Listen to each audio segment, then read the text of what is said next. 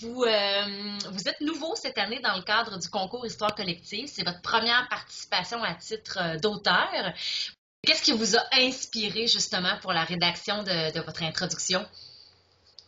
Bien moi, c'est souvent quand je suis dehors que j'ai mes meilleures idées. Puis je vis proche du lac Huron, la baie Georgienne. Donc là, c'est une place où je me promène souvent.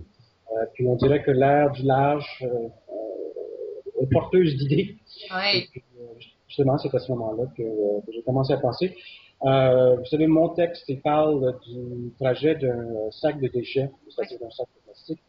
Alors, c'est en voyant des sacs de plastique, justement, qui sont là où ils ne devraient pas être. Voilà que j'ai eu cette idée-là. Je me suis dit, bon, quel voyage est-ce que ça aurait pu faire pour arriver là? Oui. Et puis, c'est comme ça que c'est parti, cette idée-là. Oui. Qu'est-ce que j'imagine que vous allez avoir des belles surprises à la lecture des histoires des jeunes. À quoi est-ce que vous vous attendez? Est-ce que vous avez Ah, des ben là, attentes j'ai précises? pas vraiment d'attente OK. précise, là, parce que je sais que c'est l'imagination des participants qui va amener l'histoire sur la route qu'elle va suivre. Alors, non, j'ai aucune idée qu'est-ce que les gens vont faire comme trajet de ce sacrant l'histoire.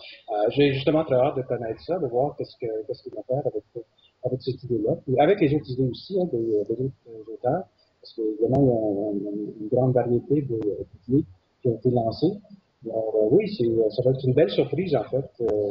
C'est ça qui est très intéressant avec un concours de ce genre ici, c'est que ça peut aller dans toutes sortes de directions.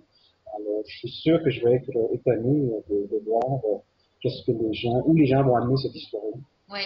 Qu'est-ce que vous pourriez recommander aux jeunes dans leur travail d'écriture ou pour les encourager aussi à lire et à participer au concours cette année? Bien, je pense que tout d'abord, c'est de ne pas se retenir, c'est-à-dire que de laisser vraiment son imagination aller, puis de ne pas se limiter, là, de dire, laisser passer. C'est vraiment d'aller au bout de ses idées, puis de ne pas avoir peur de jouer avec toutes sortes d'idées. Puis comme ça, on va finir par tomber sur une bonne. Et je pense que c'est pour les auteurs, puis pour n'importe qui vient pour écrire un texte, il y a toujours un moment qui est un peu angoissant ou difficile au départ. On ne sait pas, bon, on est devant la page blanche, on ne sait pas. Mais l'important, c'est d'abord d'y aller. Puis même si on sait que ce qu'on va faire ou ce qu'on fait dans un premier temps n'est pas nécessairement bon, c'est de persévérer, c'est de continuer. Parce que moi, je sais que c'est comme ça avec moi, c'est que je sais que souvent, la première page que j'écris n'est pas très bonne. Mais quand j'arrive à la deuxième ou la troisième, là, on dirait que j'ai découvert l'histoire. On part à la recherche de l'histoire.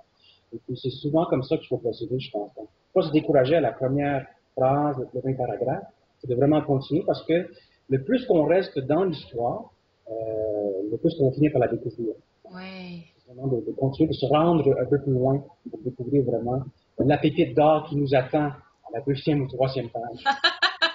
Ben, je pense que c'est un très très bon conseil pour les jeunes en tout cas parce que c'est vrai on se retrouve des fois devant une page blanche, on le dit souvent.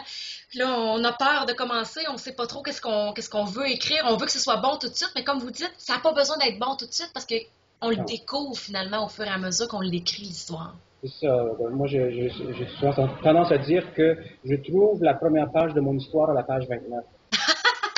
J'ai écrit 29 pages avant d'arriver là. Mais là, c'est finalement, au bout de ce 29 pages-là, là, j'ai vraiment trouvé. Alors, je peux reprendre cette page-là, puis je la déplace de la page 29 à la page 1. Et puis, je réaménage l'histoire en fonction de ça. Donc, c'est souvent pas la première page qu'on écrit qui devient la première page de l'histoire. Il ne faut pas avoir peur de ça. C'est justement, ça fait partie du jeu. Ouais. Et c'est comme, je pense, c'est François Weber, un auteur qui a déjà dit, l'écriture, c'est la chose la plus mystérieuse au monde. On ne sait pas où on s'en va quand on commence.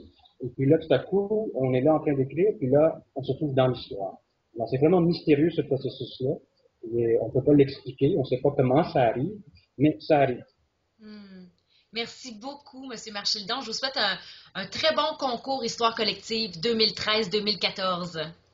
Mais je souhaite en tout cas bonne écriture à tous les participants et bonne chance.